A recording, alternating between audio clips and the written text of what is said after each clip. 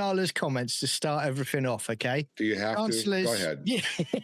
Chancellor's personal log, 300th night. Official end of our first academic year. Studies, quizzes, homework, and tests are behind them now. I'll read the rest in a sec. Well, no, haven't you got a second year? You know, the tests aren't behind you, and the studies. You've got to do a second year. This is a respite. Enjoy the respite. The first year is behind them. Now they can all drink heavily and party hardy, and forget about everything they've learned. Yeah. Do you know what? Before I read the rest, it reminds me of this academy would actually work in Futurama, I think, because it's Zach Flanagan, the captain. They clearly have gone to the same academy or period, him and Nala at this point, because it's very similar how they operate. Okay, since you brought up the Captain Holly's comment there. Yeah. This highlights for me and I thought this the second I heard it, is that this highlights for me one of the two big problems this show has conceptually with setting the episodes a month apart. Yeah. And it's highlighted here because we haven't seen the cadets progress through their first year, struggling with their courses, late night study sessions, problems with the teachers, discovering their own sense of self-discipline. She says that one of her comments was they're feeling all that they have accomplished this year, but we haven't seen it. No. All we've seen, John, here's what we've seen. We've seen a debate, we've seen a play, and we've seen a bar fight. That's it. As far 100%. As what we have seen them accomplish, quote unquote, this year. So in many ways, it has that her saying it falls completely flat because we as the audience haven't experienced it. One of my favorite older shows, it started in the very late 70s, but then went through the 80s, show called The Paper Chase, based on a movie with John Houseman as this kind of autocratic law professor. And the series was the law students going through their 3 years under this man and their own experiences. And it was a great show. I loved it. I have all 4 seasons on DVD. And you feel for what they go through because you get to know the characters, their interactions with each other, their struggles, with the coursework as well as the teachers. And it was a great, great show. Well written, really well acted.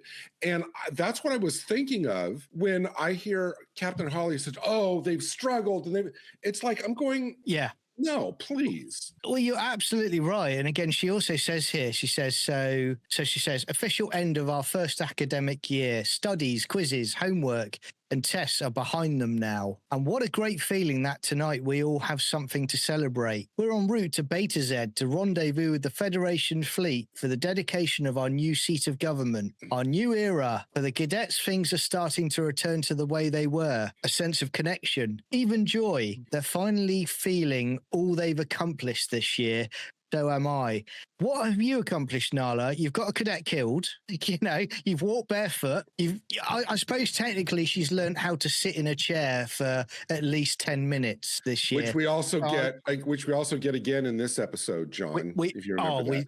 We do. But see, isn't that kind of a mixed message, John? You have Captain Holly saying, let's celebrate our sense of connection. And then you have the Stephen Colbert computer saying, keep it in your pants. So that seems to be kind of a mixed message to me. Yeah. I mean, I think part of the problem with Starfleet here is that they're probably dealing with a lot of sexually transmitted diseases on a regular basis by the sounds of it. Just feral kids. And also to go along with the fact that we haven't seen anything in a 26 episode season, we probably could have got enough of the bottle stories, the B stories, the character stories to mix in with the bigger stuff. It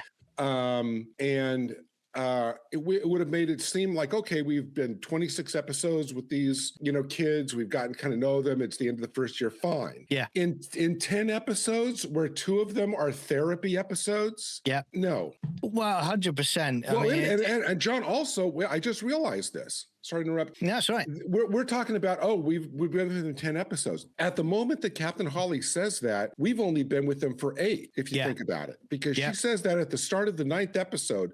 So we only have 8 episodes with these people, and already they're at the end of their first year. And the only thing we've seen really of anything that they've done is the Miyazaki episode where they're actually going there on a training course, which is a complete nightmare. And also, as you rightly said, we've got a little brief snippet last week of them arguing on the bridge while they're doing a simulation.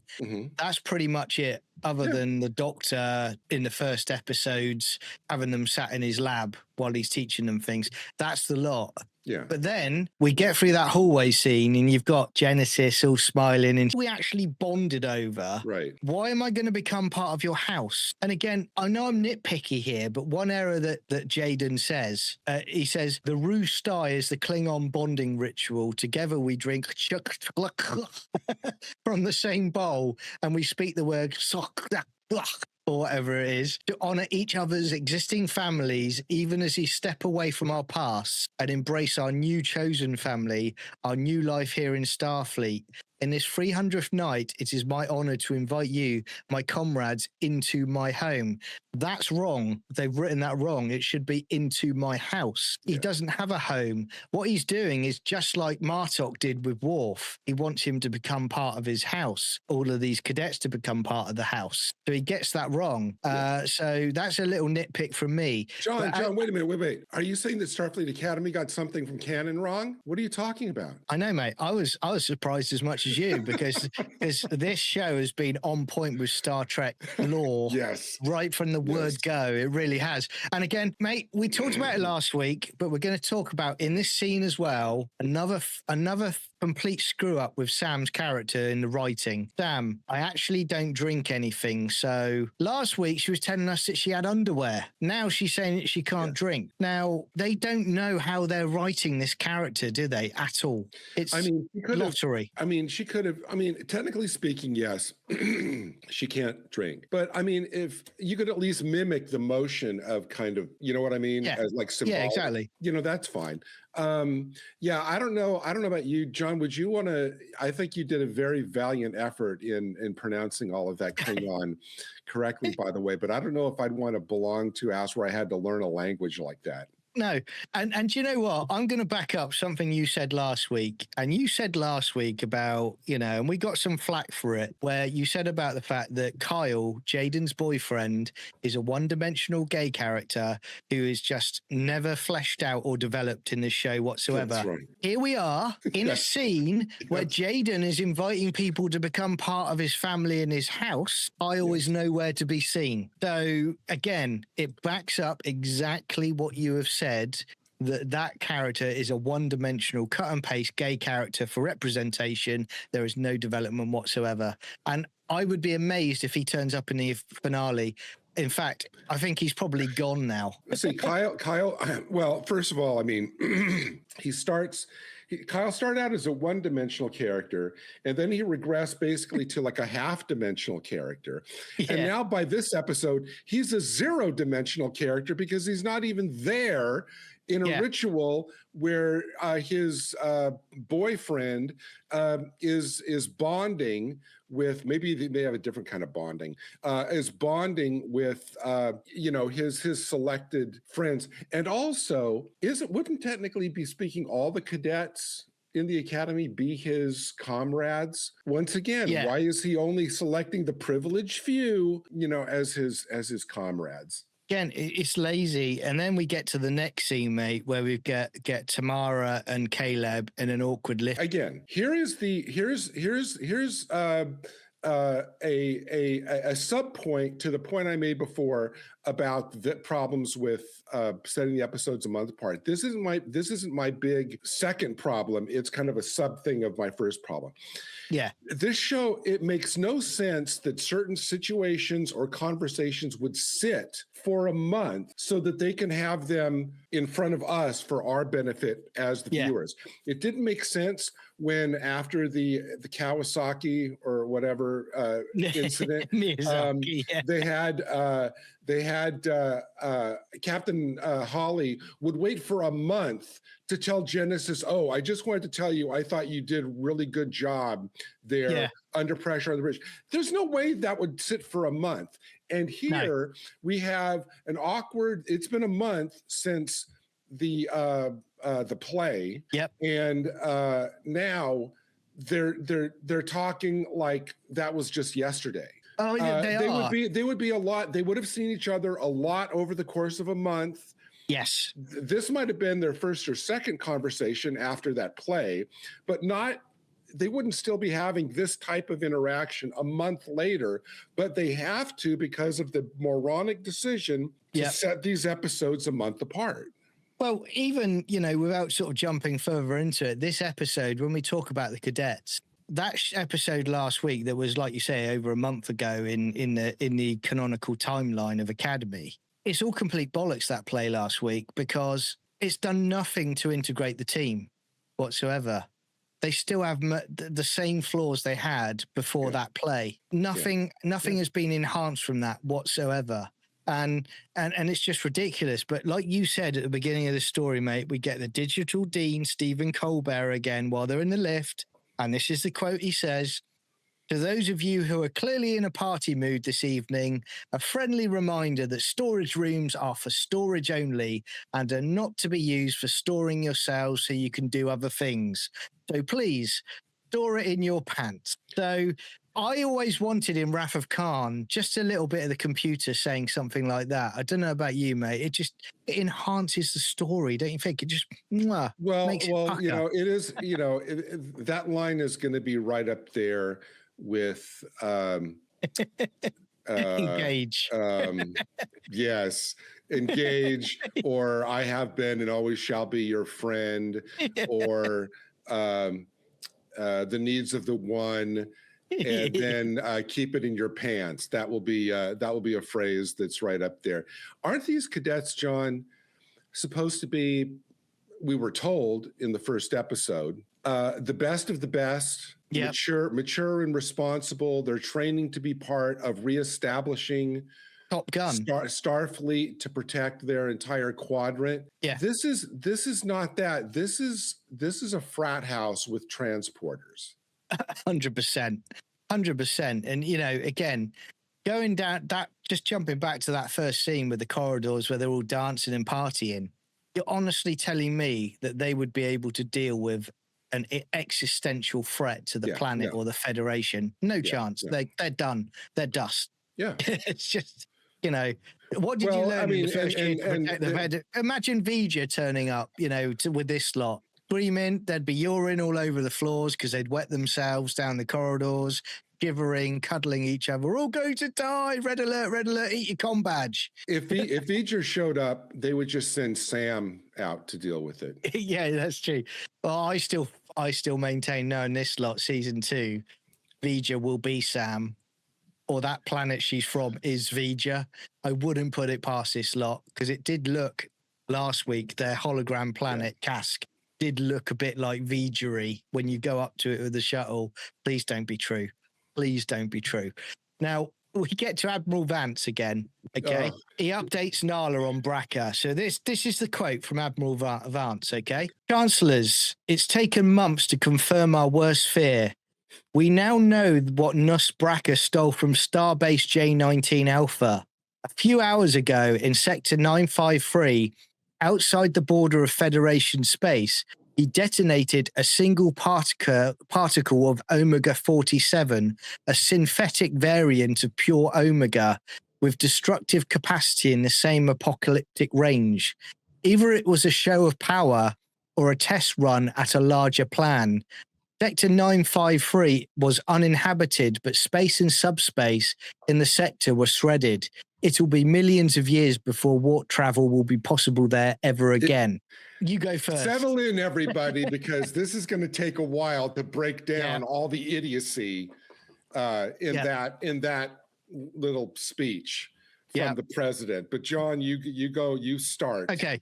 Because there's about at least like 6 triggers in that. So in that comment. I'm going to break it down to military incompetence to a reference back to Stargate Voyager, the Omega Directive.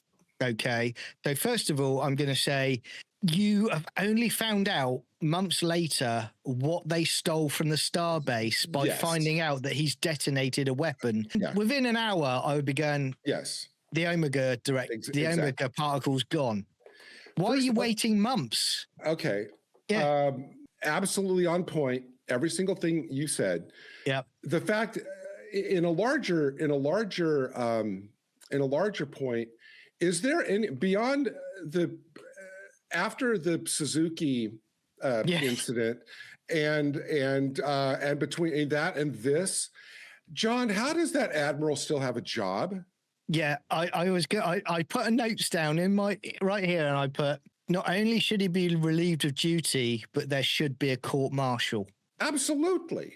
I mean, how many times did we see court martials and stuff in the other series for something far less apocalyptic than this?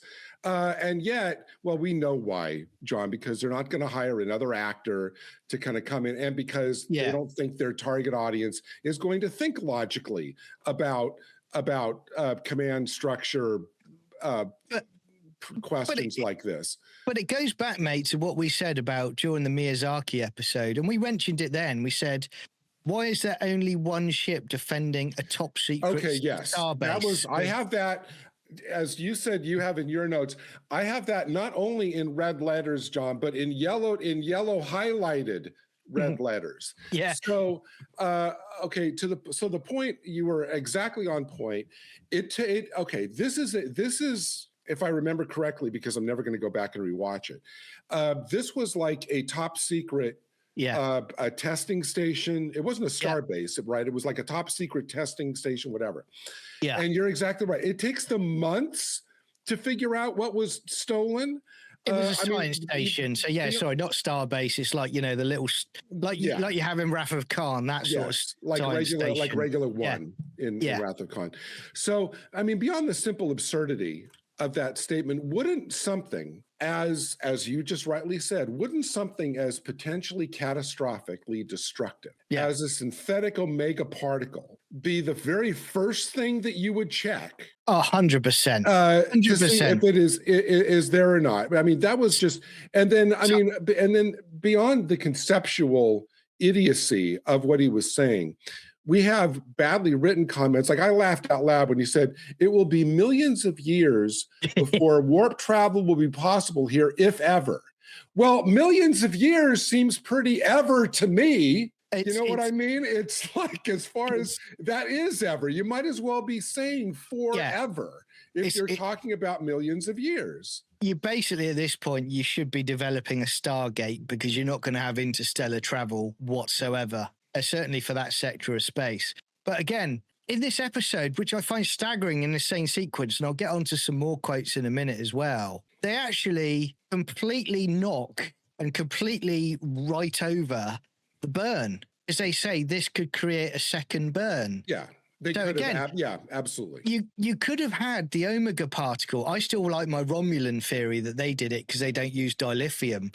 You could have had the Omega particles being the result of what caused the burn if you were an intelligent writer and you wanted to go that route. But here we have, and again, I'm going to, then you get Nala, okay? Nala, greatest intelligence, as she has been throughout this whole series. Her quote, she says, he targeted the Miyazaki, but his end game was the Omega on that space station. Really? You're only figuring out now, months later, that he attacked the starbase and did a ruse because he might have wanted top secret tech. This technically for this part of the episode to make sense, it should have taken place about 2 days after the that Miyazaki incident. And the thing about it just, okay, I know why. First of all, Kirsten Beyer, who wrote this episode, if you're gonna get anybody to write kind of like basically a Voyager sequel episode, which this is pretty much is, you get her. She wrote like 10 or 11 books about the post-series Voyager, so she's naturally a one to go to. Yeah. About this. And so I don't think, I mean, left to their own devices, the writers that we've seen earlier in the season, they wouldn't even know about something like the, Omega Directive, much less be able to construct, No. A remotely coherent sequel to it. But if you we've been talking about how dumb the cadets are, and again, I think we've had many callbacks in this review series we've been doing about how why this Federation is doomed. Yeah. And boy, this is, if anything, this is like, this whole episode is a red flag on it's like modern day UK. Why this well. Well, yeah, I'll defer to you on that. But, so we're asked to believe that in a situation where, Captain Janeway in the Voyager episode, she was under strict, there's like a whole protocol. When an Omega molecule, for those of you who haven't watched the Voyager episode, Voyager encounters, they're traveling along, singing a song, and all of a sudden everything shuts down.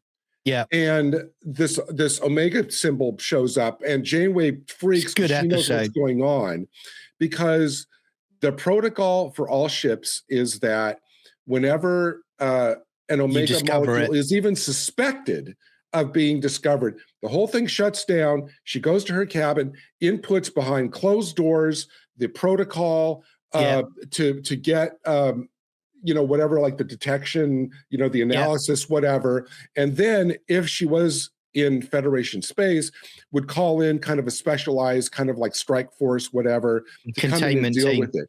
Because she doesn't have, obviously, stranded as they are, the ability to do that, she has to bust protocol, bring her command crew in on it, and come up with a way to get rid of this for a single molecule.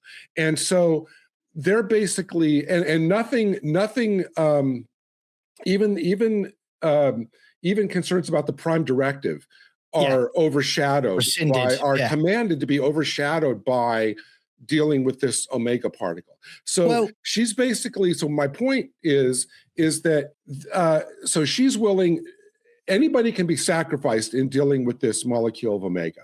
So now we're asked to believe, John, that this Federation has gone and made 47 experimental prototypes of this molecule, and then guarded it with just one ship, which then apparently has no problem with abandoning its mission to protect them, to go and help out 5 cadets. I mean, you talk about catastrophic. That's catastrophically stupid, and it's why this Federation is doomed. I mean, at that point, if it was Kirk era or next gen era Federation, Starfleet would be arresting the Admiral for treason, because they would think he was an operative at this point because of the decisions he's made are just unbelievably stupid. And stick with me, Gary, because when we get to the end of the episode, what I'm going to say now is extremely relevant. In the Omega Directive Star Trek Voyager episode, Janeway makes the point. Captain Janeway makes the point. She shows on the screen a science research facility where Omega particles were first developed. And you see it in a mess because it's blown a massive hole in the side of it, one particle. Then when they go to the aliens' planet and they go to their containment facility to try and cut into it, he basically says that there's enough in there to effectively destroy the entire quadrant and to make warp travel impossible. Now, when we get to it, I want you all to remember that, because I'm going to be bringing that up with Gary when we get to the final scenes in this review of the Academy episode. But when I'm going to move on to this next section, this next scene as well. So we get Caleb in his quarters. Sam just beams herself in now. Doesn't knock on a door, doesn't ask for permission. She just turns up on a bunk bed, and rightly, Caleb calls her out, We also get the digital dean again. Specialist Krebs, your Talaxian fur fly is now missing. It was last seen entering a science lab replicator. It's the same one every single week, isn't it? Yes. And then Sam says this to Caleb. She says, I was going through the old me's memories, and I didn't like me. Yeah, you and me both, sister. Yeah.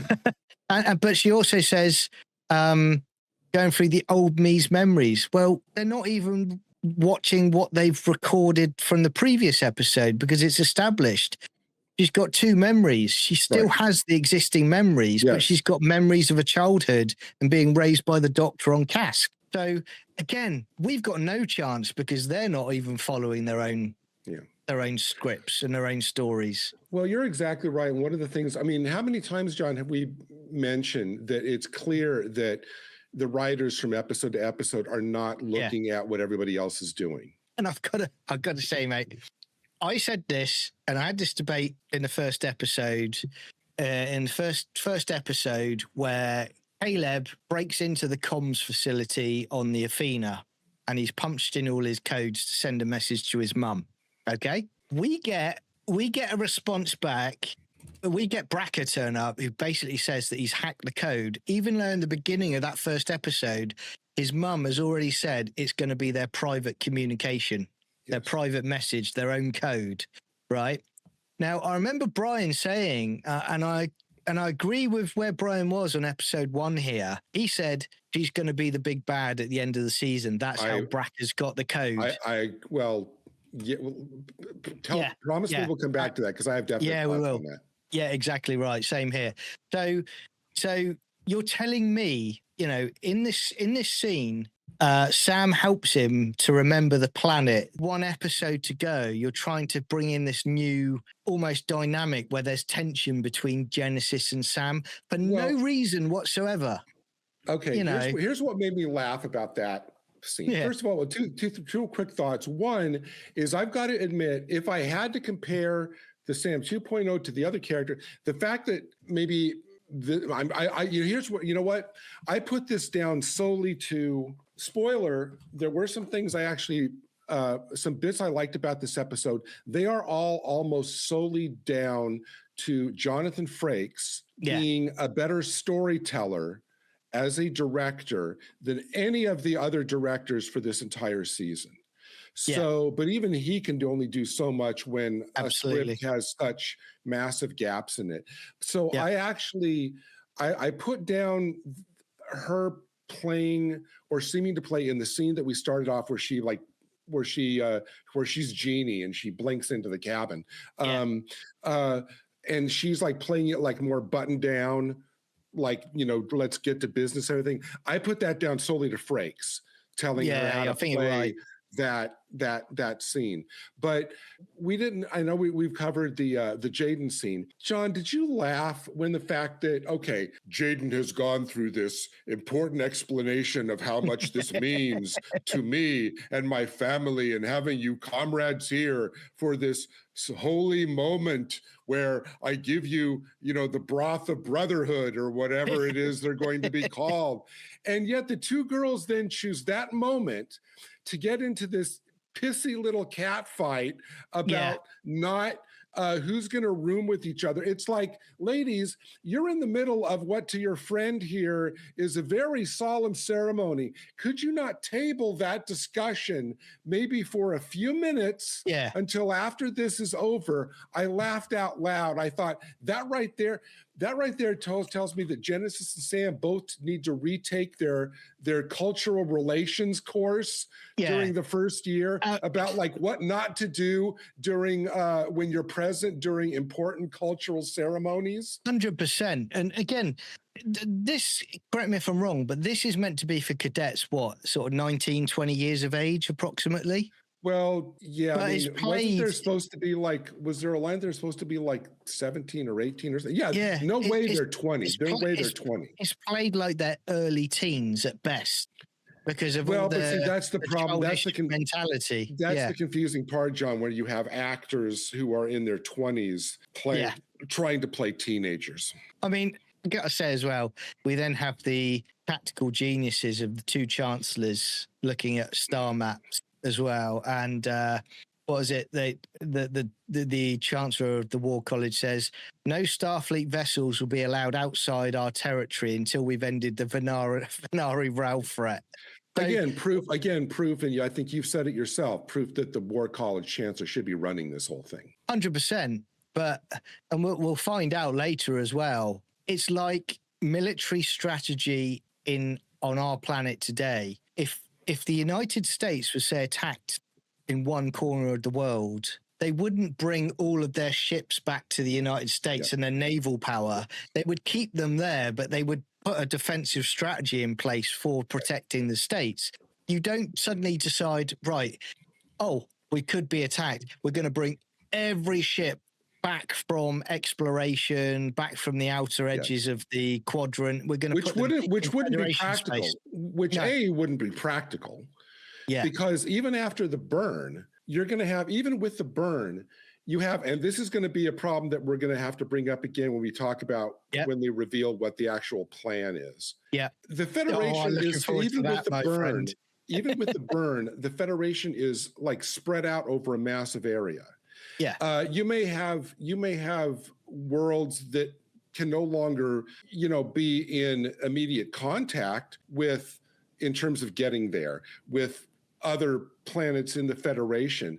But that doesn't mean that after the burn, they all got closer and clumped together. There's still is spread out with pockets of worlds and civilizations all 100%. over, which actually doesn't make what happens at the end kind of logical if you think about it. Yes, not at all. But once again, this show, and I know this is going to shock you, John, once again, we have a scene which shows that Captain Hawley, is a tactical idiot, because yes, they would stand around trying to figure out what, new Sprocka's plan is. Now, he's already played them once. And even in the other episode, Captain Hawley says he's always has an agenda. It's not just what it looks like he's doing. He always has an agenda. So they sit there before all the ships get pulled back. Wouldn't the two of them and the hopefully soon to be fired admiral, wouldn't they say, okay, now he does this and he knows then, or he's counting on us doing this, this being pulling everybody back in to protect the Federation. Yeah. This should be the conversation that the two of them should have, but which clearly they didn't. So it's like, okay, so he knows we're going to pull everybody back in. So if he's counting on that, then let's stop and brainstorm what would be the effect of pulling everybody back in have, because we have to examine that, because if that's what he wants, we need to try to figure out what the effect of that would be. And 100%. and brainstorm, it's like, okay, we would have outer worlds not protected. Okay, let's think about what could he want with that. Okay, so what else? What else would be the effect of pulling everybody back in? Well, we would have all of our most important defensive resources in an enclosed space. Oh, okay. Well, let's examine then that, it's like, let's workshop all of the possible ramifications of doing this, which is what he wants, because we know that if we talk about it long enough, we'll stumble upon the one thing that he's counting on that he wants us to do that will serve his plans. Clearly, John, their conversation did not extend that far, because no, it didn't. I think that they would have kind of figured out, look, we can't then have all of our, if this is what he wants to get everybody together, we can't do that. No, 100%. Right? I mean, and look, I didn't go to war college. As far as I know, you didn't either. No. But that would be just like you and I being in a room, logical kind of bouncing back and forth and workshopping these things. Why wouldn't we're being asked then that characters that are like leading the Federation haven't done what would occur to like you and I to do? Well, you would think, when you look at Starfleet, I go back, the example I look at is, remember Star Trek 6, The Undiscovered Country? And remember they come into the president's office and they put the map on about how they're going to rescue Kirk and McCoy. And they've got it, and and you've got General West, or what I think he's called. He basically says, quite frankly, if they take us on, we'll clean their chronometers. These are people that have been strategically looking at, right, let's role play if we need to attack and rescue Kirk and McCoy. You're telling me there is nobody in the Federation now that has been working and think tanking this to basically come up with a strategy so it's there if it's needed. And there's no experts that have basically been assessing Bracker, his strategy all the way along and going, okay, this is what he likes to do. This is where I think he's going to strike next. I think we need to put some ships here, here, and here. And I think we need to basically put out a system-wide alert that potentially there could be a threat here. They don't do that. They go to Captain Nala at the Academy. Why would you go to the Academy for a strategic mindset? It's absolute nonsense. And also the Federation Day and with them pulling it back. You have fleets. We've seen it in Next Gen. We've seen it in original series. We've seen it in DS9. You know, you have like the 9th Fleet, the 8th Fleet. You know, you scatter them. You have them in different locations. It's tactical. You don't pull them all back to the same area because if you do have a dangerous enemy, if you're all in the same place, it's a really tasty target, isn't it? All you would need is one. Again, I'm just, this is metaphorically. All you would need is like one metaphorical, like super EMP to take out if everybody's concentrated. You've just given them an idea now, haven't you, for season 2? They're going to write that in now. Yeah. but like I said, it's again, but this is not being written for. No. Look, it's not science fiction. Well, it's not science fiction. It's not Star Trek because Star Trek fans like you and I just did like to extrapolate out, boom, boom, boom, because that's what. That's the way our brains work. We like to kind of think that way. Clearly, this is not for people. I'm not trying to be like insulted. I'm not saying that if you like it, that means like you're dumb. But clearly, I'm talking about the writing process. They're not writing smart. No, I've got no problem if people like it. That's on them. You know, that's their personal preference, just as you've said. But the fact is, I want a Star Trek series or a science fiction series to make sense, and it's all gobbledygook all the way through it. It's just nonsense. I mean, take the next scene as an example. Is one of the worst scenes in the season for me, and it's the shuttlecraft scene where Caleb's stealing the shuttlecraft. Oh, you mean the Star Trek 3 scene? Yeah, that's it. The Star Trek 3 scene, literally ripped off. You then have Sam that appears again, like, leave the shuttle, and she wants to leave the shuttle. Yeah, and so it's basically kidnapping. They're basically exactly right. The charge would be kidnapping. And her quote is, "I will not let you ruin this for him." So hang on a minute, you're going to kidnap her. You're going to put her into a dangerous situation where she could technically die because you want Caleb to find his mum. Yeah. You know, and again, it would have been more believable in terms of the little cat fight thing if Genesis would have just stormed in. She goes, "Sam, I want to talk about this room situation." Yeah, not this contrived thing about, I was checking on the shuttles being locked down. Yeah, she needs to do the Romulan girl in it, who, funnily enough, has disappeared for the last few episodes. We haven't seen her since, again. Screw you, bro. We haven't seen her since the bar fight. That must have been some punch. Yeah, exactly. Yeah. Seriously, we haven't seen her since the bar fight. No, we haven't seen her since the bar fight. She's still, you know what? John, how great would it be that the last scene of the season is we're back at the bar, we slowly pan over, and she's still unconscious on the floor of the bar. How great would that be? I tell a lie because I laughed at it. I was gutted I didn't. I'm going to bring it up now because I'm gutted I didn't bring it in for the Miyazaki episode. At the end at the War College, where the Chancellor of the War College is stood there over the body of the Vulcan, who all the cadets are coming in to pay their respects. You see the Romulan girl go round to say hello to him. And I at one point, I was waiting for her to go, "You're dead, bro." No, you know what? She'll get to the coffin and she'll do a double flip off. Yeah, exactly. Like she did in that one episode. Yeah. So we've got this shuttle scene, right? So we're now heading off. It's incredibly painful. What I don't like about this as well, Genesis then quotes, "One day I'm going to become a captain to ruin each of your lives." That was funny. I actually did laugh at that line. In a How good many way. I times? laughed at that line. How many times has she said she wants to be a captain? We Yes. get it. We get it. Okay, here's the thing on Yeah. balance it out. Yes, you're talking about the kind of silly conceptual thing, which includes also the fact that wouldn't the Captain Nala, somebody is on somebody we have an unauthorized taking of a shuttle going on right now. I guess then the computer is too busy monitoring the cadets having sex to alert the captain that somebody is the unauthorized 100%. taking of a shuttle. I guess nobody cares. But I will say that in terms of the direction, and again, I have no Frakes. He's been doing this way long enough on every single Trek series, literally every single Trek series. He knows what he's doing by now.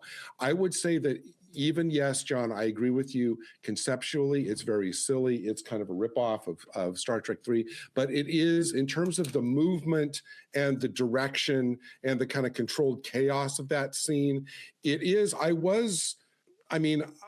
normally for almost all of these episodes, John, I'm pausing and looking at the time count about half a dozen times during each episode.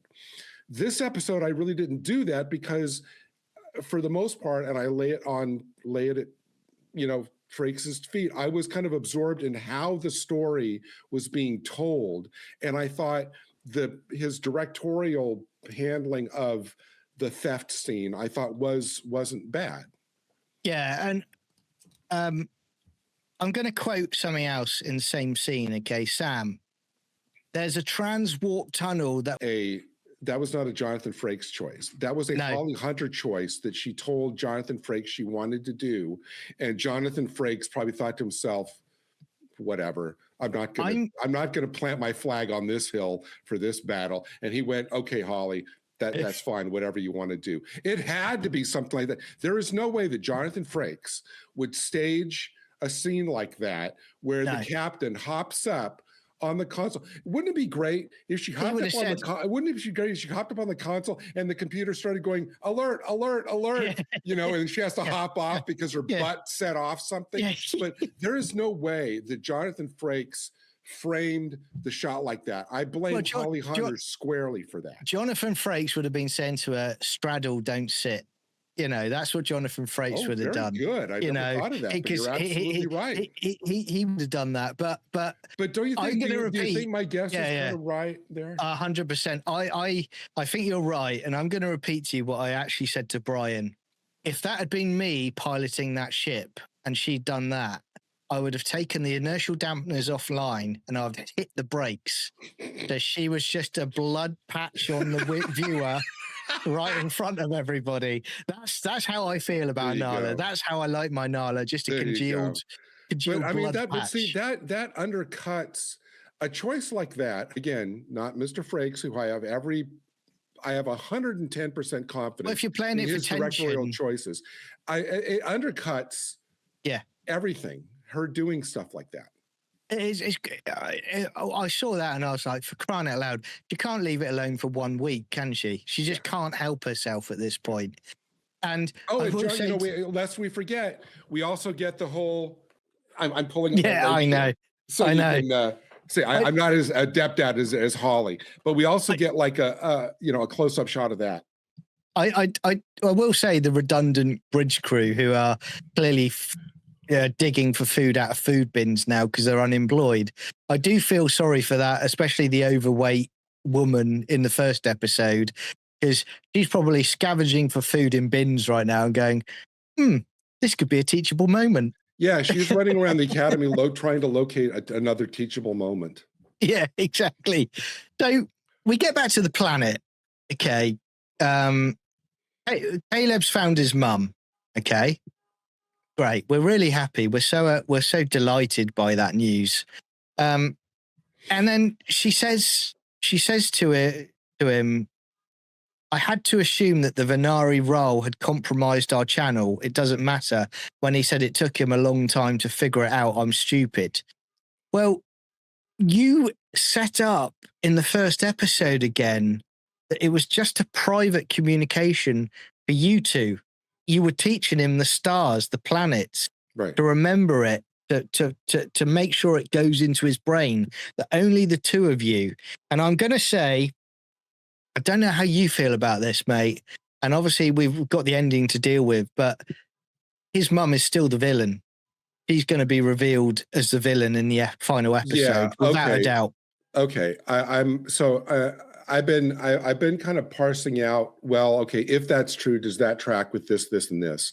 Not that I have any assumptions, as we've said, that anything we're going to get next week is going to track with anything that we've seen previously in the season. But I do want to say a couple things about the UKEC market. First of all, down to Frakes. I think, first of all, I think the UKEC market looks good.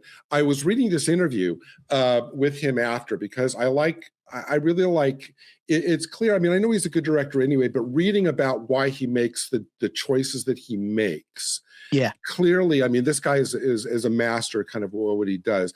This is done, I guess it's filmed in Toronto, and that marketplace, which is of course a mixture of practical effects and a little bit of I still want to say I still want to say like I still want to say CSO, John, because you and I are such Doctor Who people. But I guess it's this place they call like the volume, which is this almost like a huge dome.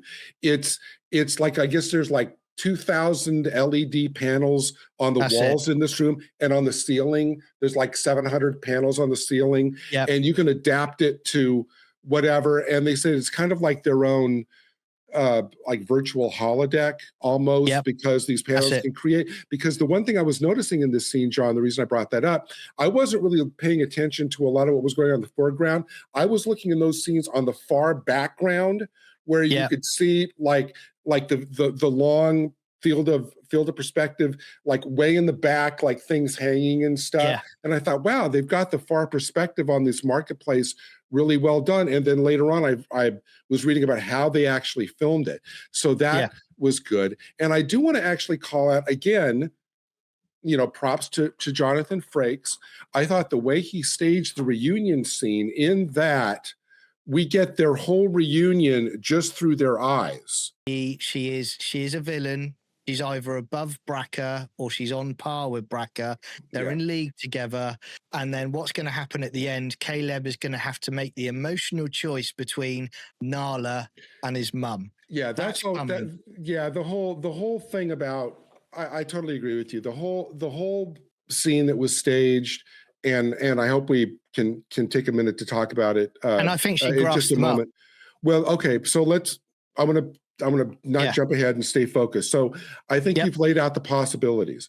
I think that, okay, so she's either working under Braca, on par with him, or, which I was considering for a minute, she's actually the mastermind running the whole thing. But then I thought, well, wait a minute. Okay, if she's the mastermind, first of all, Braca, who now clearly knows where Caleb has been, right? So I'm trying to wonder which of those possibilities track with Noose Braca now having known for months exactly where Caleb is.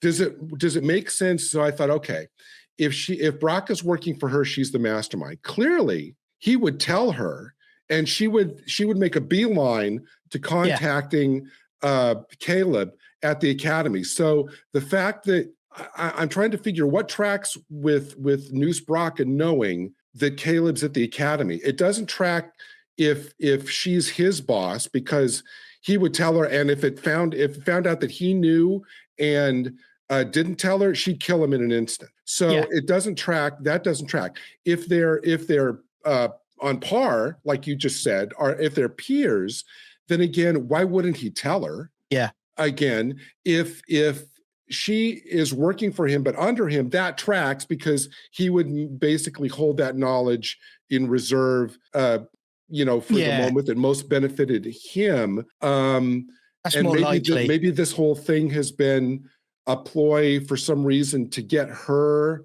onto the Athena, but then it's like, how would he know that the Athena would? So that doesn't track. But the only thing that makes sense and syncs up with Braca knowing where Caleb's been has been that she's working for him, because the other two options don't make sense. And I also go back to the Miyazaki episode where he says, and I've got one last surprise for you, to Nala. Yeah. And again, it's not the finale of this that we're coming across. It's a personal thing.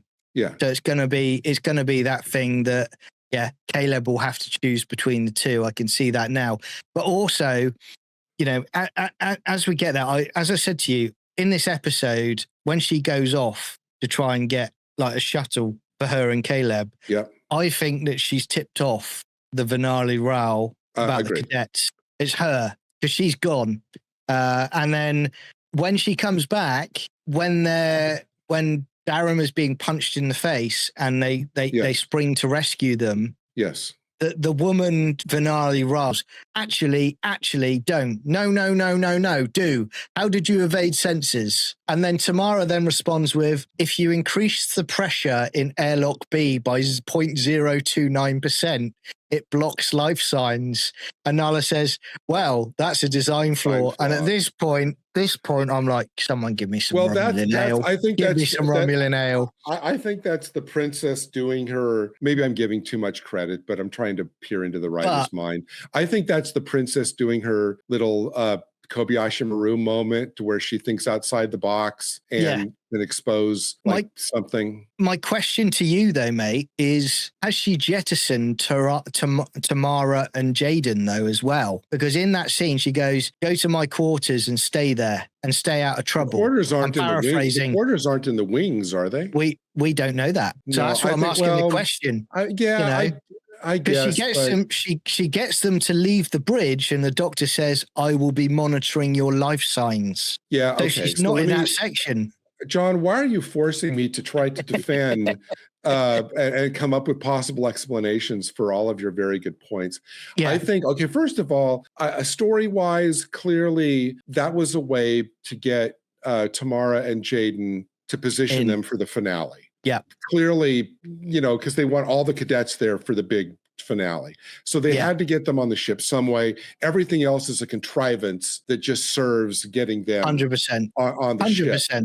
But they could come up and say, wow, I mean, if they wanted to take time to follow up, like your point, you could say, well, no, all of a sudden we were going to your quarters, but then all of a sudden the turbo lift shut off because like your quarters weren't there anymore. Something like that, where they could acknowledge what you just said, but then work it into the story about, well, they almost then got captured.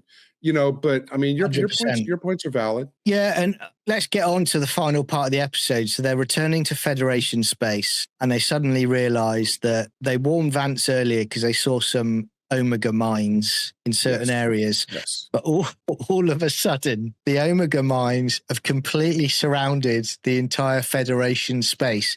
Now, Gary, it would take centuries to do that. And Brackett and his Venari Rao have done that in matter of You're wrong, John. It only days. took 55 minutes. Actually, it only took an hour and 4 minutes.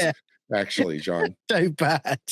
It's so bad, isn't it? Well, no, you're right. Here's the thing: is that again, it begs the question. Look, this is a massive undertaking for a band of marauding criminals like the Venari Rao to do. I mean, this would take a decade of planning by the Romulans to do. And we're asked to believe that in a matter of months, not only would they be able to then, I assume, if they took the one prototype from the research station Omega 47 and replicate that, again, dangerous enough. Okay, we're going to replicate multiple times this catastrophic molecule where if we're off even by a microfraction, we destroy the galaxy.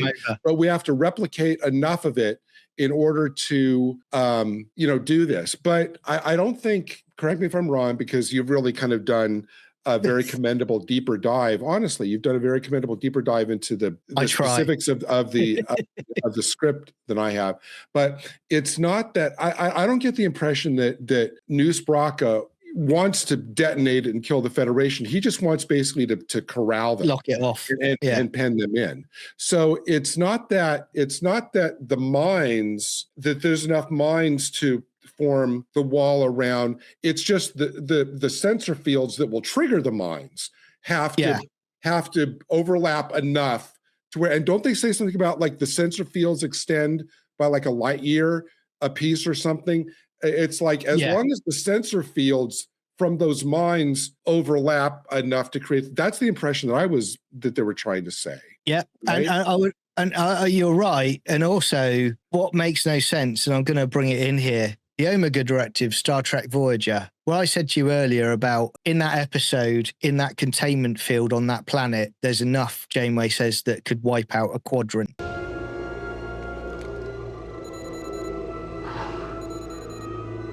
There's enough here to wipe out subspace across half the quadrant.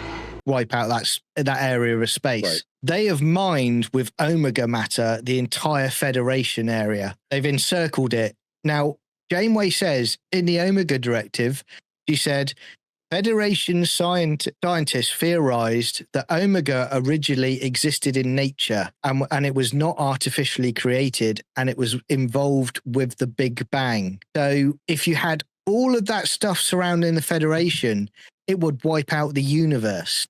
Yeah, that's how powerful it would be. The out on that, I think, is that it's speculation. Would be the out. But also, what I don't understand, they hide in that nebula right on the edge of it to communicate with. Now we've had a Star Trek 3, we've had a Star Trek 4. Now we need to have a Star Trek 2 reference, which is hiding in the nebula. Gary, if they finish this finale with the fact that they defeat all the mines with Beastie Boys playing, then I think they've added in another Stargate Beyond movie to this. Well, no, as well.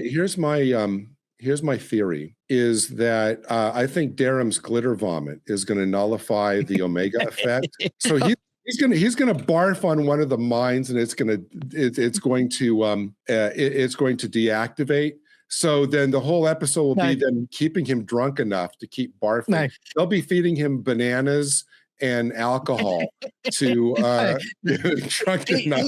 Even better, they're gonna tether Combadge Girl from the bottom of the Athena, what's left of it, and they're gonna have her like Miss Pac-Man going along outside and just swallowing every single Omega mine.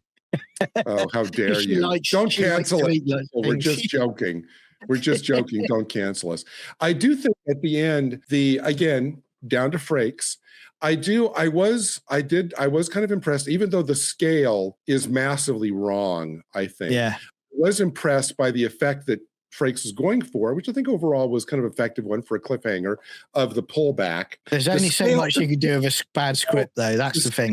The scale's massively wrong, because you have to be like a couple of galaxies away in order for us to see the sphere that encircles the whole. I mean, the vantage point for that has to be like God, in order for us to see the whole thing. But it was done for dramatic effect, so I'm fine with that. But Gary, you're forgetting one thing. Not only did they steal the Omega tech from the secret research facility, but they also stole time-delayed mines from the facility, because in the history, even before there was a Starfleet Federation, I'm pretty sure we had time-delayed mines in the past. In fact, I seem to recall there's certain episodes where they've got delayed mines, and they've got photon torpedoes that they can delay explosions. I was just watching Scorpion in Star Trek Voyager the other day, and they did that in fluidic space. So why would a research, also begs the question, why would a theoretical research station, a classified theoretical research station, why would they need time-delayed mines? Yeah. That could be stolen. Wouldn't Braca already have in his pirate endeavors? Arsenal, yeah. He would have an arsenal of that. He wouldn't need to steal that from the...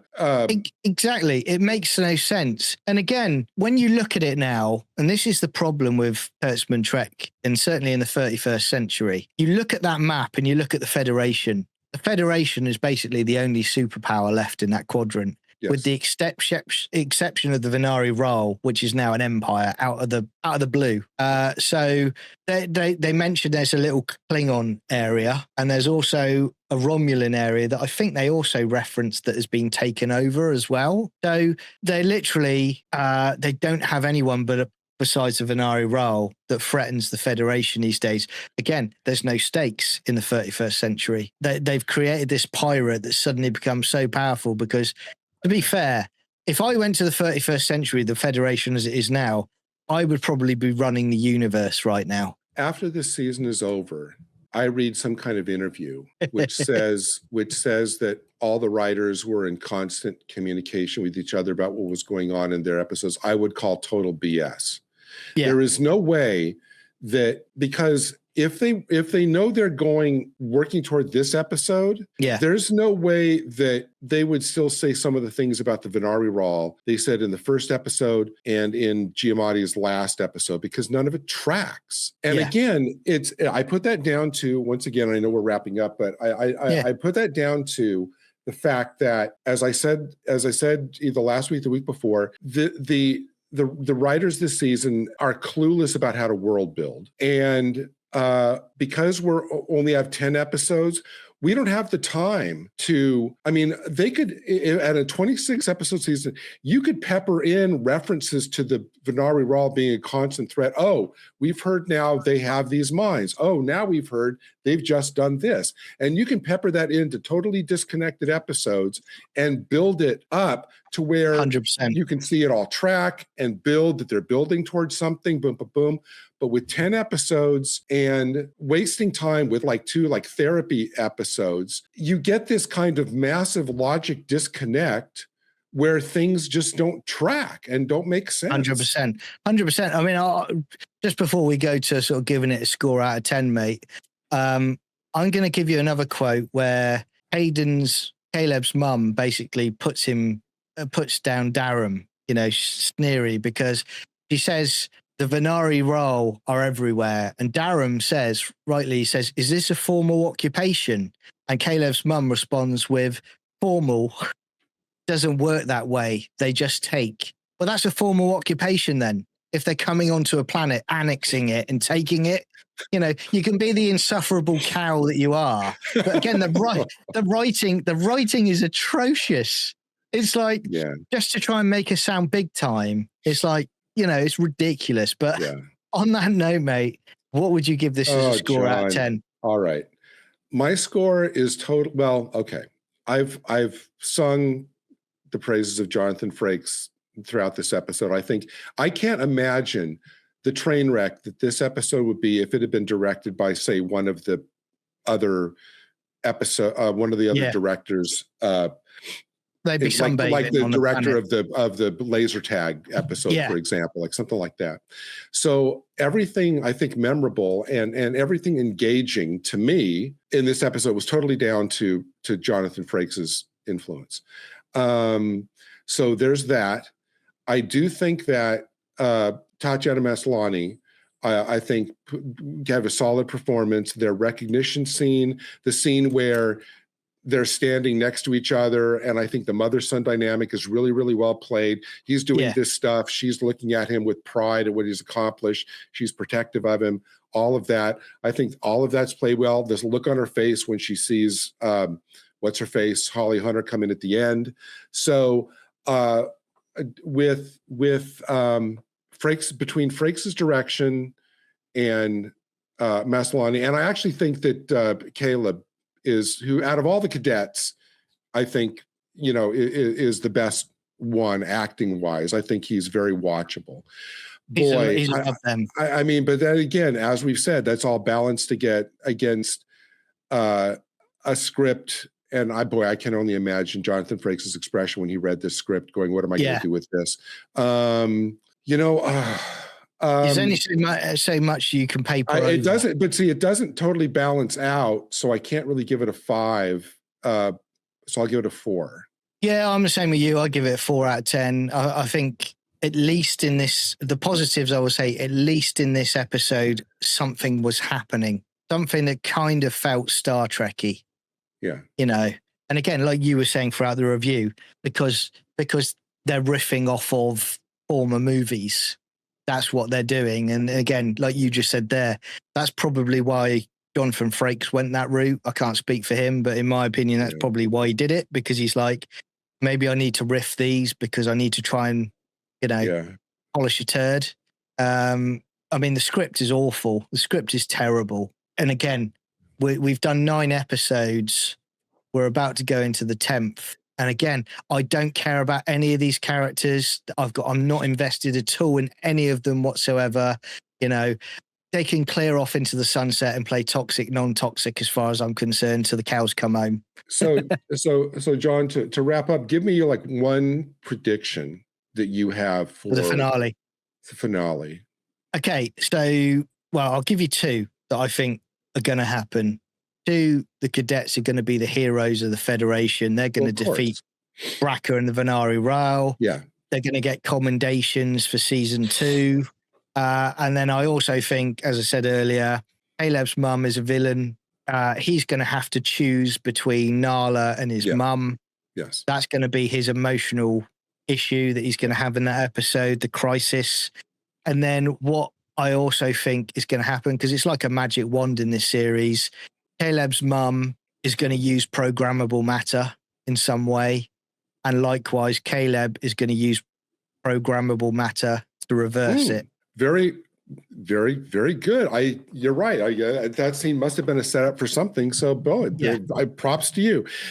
Because I'm a sadist and because I want to put this image in your mind to hold for the entire week, which will have you waking up at night in cold sweats, and not because I don't want to duplicate I totally agree with your second prediction. Here's my prediction. And John, this is just for you.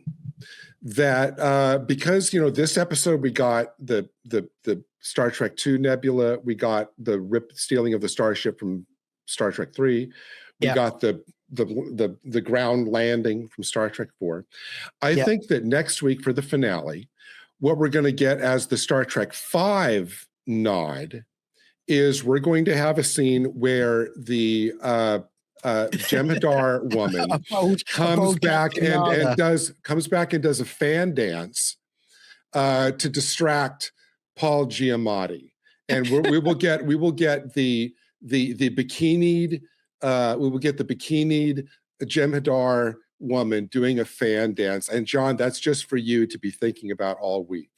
Yeah, we'll also have a bold, disheveled Kyle on a desert planet somewhere, just laughing while he's trying to load his bullet weapon. There you go. There you go, sorted. And we might even get an explosion like in Praxis on Star Trek VI as well, just to finish it off.